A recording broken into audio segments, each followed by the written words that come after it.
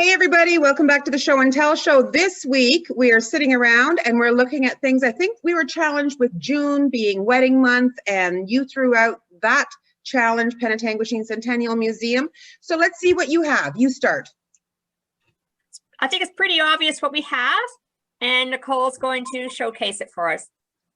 So what we have here is a wedding dress, and this wedding dress is from the Edwardian time period. So if you know a little bit of history, Victorian time period was the mid 1800s to 1901, and then her son reigned in 1901 to 1910. So it was a very short period of time that we had the Edwardian time period, but it was sort of that crossover from the very strict Victorian times to the little bit more relaxed times of later, especially when it came to fashion. So when it came to weddings during the Edwardian time, that's when we introduced the engagement ring. Before the engagement ring, brides had a breach of promise law, which is basically legal recourse. If the groom ditched them at the altar, they would be compensated, because once they've been ditched, they probably could not remarry. It was sort of, Victorians were very strict with their rules and usually were considered, unmarriageable once you have been ditched. So they replaced that in the Edwardian times with the engagement ring. But it was the same kind of idea, but then at least they'd have the ring so that they could hopefully sell that if something didn't happen. Now with the white wedding dress, Queen Victoria was the first royal to introduce the idea of a white wedding dress. No one had seen any royal family with that. By the Edwardian time, it just became more common for those of a little bit more higher class within your community to start wearing white. The whole idea of a wedding dress was you just wore something you already had that was your nicest dress. The idea of purchasing one dress for one day just seemed very, very materialistic at the time and just very rich to have to do that. So, but during the Edwardian time, that's what they started to do. So this was a local dress that we have. Unfortunately, we don't know a lot about who it came from, because it was donated many years ago when they didn't collect records as well as we do now. But you can see that it's made in a muslin and eyelet, and it's quite a simple dress, but the fact that it was in white meant that it was really only worn very little, and because it's still in very good condition. And so it was really after the Edwardian time that even more of the regular folk would start wearing white, but still during this time, it was still the sort of upper middle class that were wearing this kind of dress. And so we have it on display here, so we thought we would show it off. Very cool. So that's on exhibit all the time on your floor, right? Yes. Yeah. I mean, obviously not, we switch things around all the time, but we do have this in our sort of fashionable area of our exhibit. Very cool. Okay, Genevieve, what do we have over at Huronia Museum?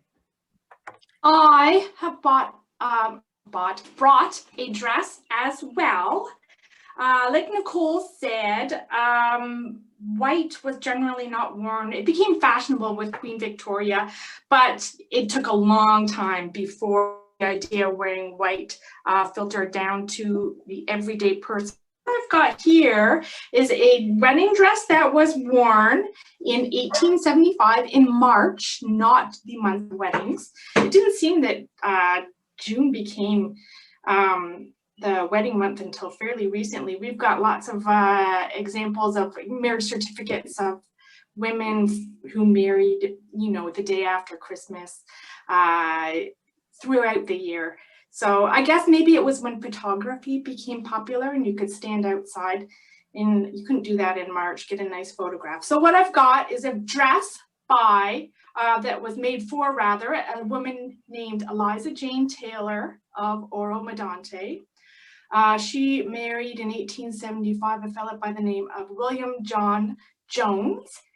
And this is the dress. It's a beautiful, it's a jacket and a skirt, a beautiful green silk dress.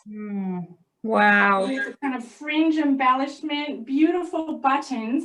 And what's really, it's teeny weeny. It's teeny tiny. I've got a photograph here of Eliza quite a bit later and her children. There she is there. There's William John with a requisite bushy beard. Yeah. So what I don't know is whether this dress was made specially for the wedding, or whether it was a dress that was just Eliza Jane's Sunday best.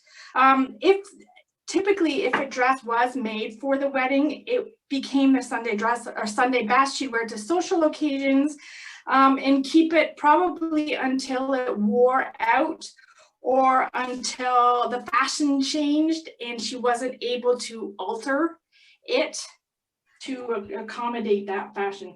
So this is a really teeny weeny dress. And what's really interesting on is the way it's made up. She's got a really kind of stiff material as a liner. All of the seams are machine stitched, but all of these sort of accents and finishing materials were hand stitched all along the edge here.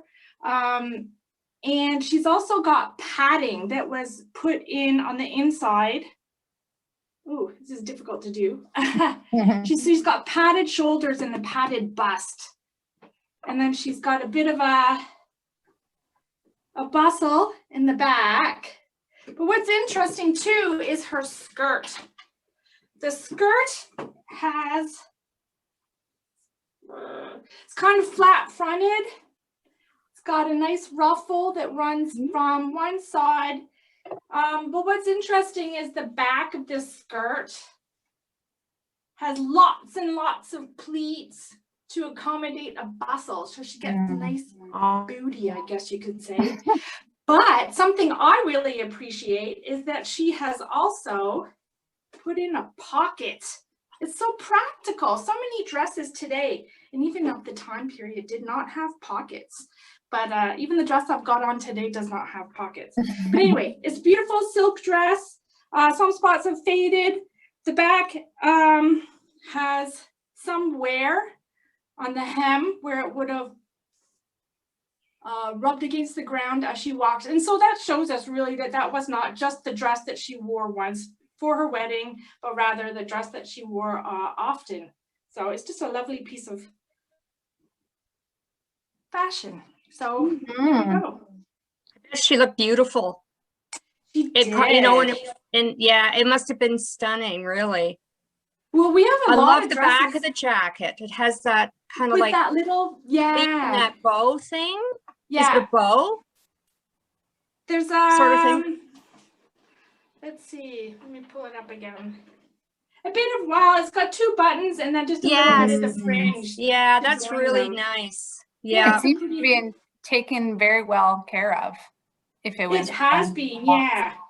What's interesting too is when you take a look at photographs, the black and white photographs, all you just see is kind of like muddy clothes. Everything's either gray or definitely black. So I would just assume that this was a, I don't know, kind of gloomy looking outfit, but it could just as easily have been something vibrant like this green. It's really unfortunate that you don't get an idea as to, with these black and white photos, it's really hard to tell just how vibrant.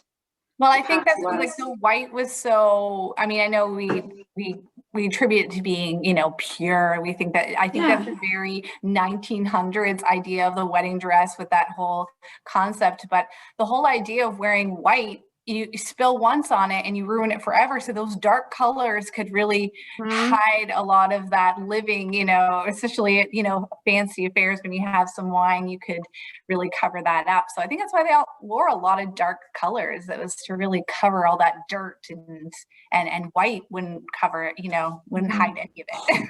It's such an impractical fabric choice for anyone, even today. I never wear white. I can't get the underside of my socks clean, even with time. No.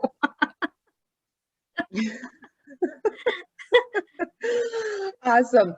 Okay, so next week, I don't know if you knew this, but every weekend this year in Ohio is the National Pork Rind Festival.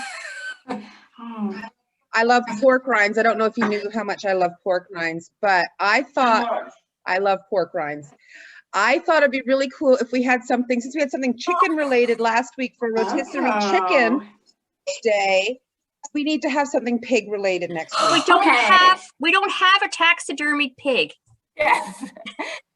I'm disappointed, Jan. I'm really disappointed. So you got to come up with something good. Next week is pig related. You're killing us. Our vegan fans are just going to stop watching. Well, then throw something vegetable out. Throw something vegetable out there. Okay.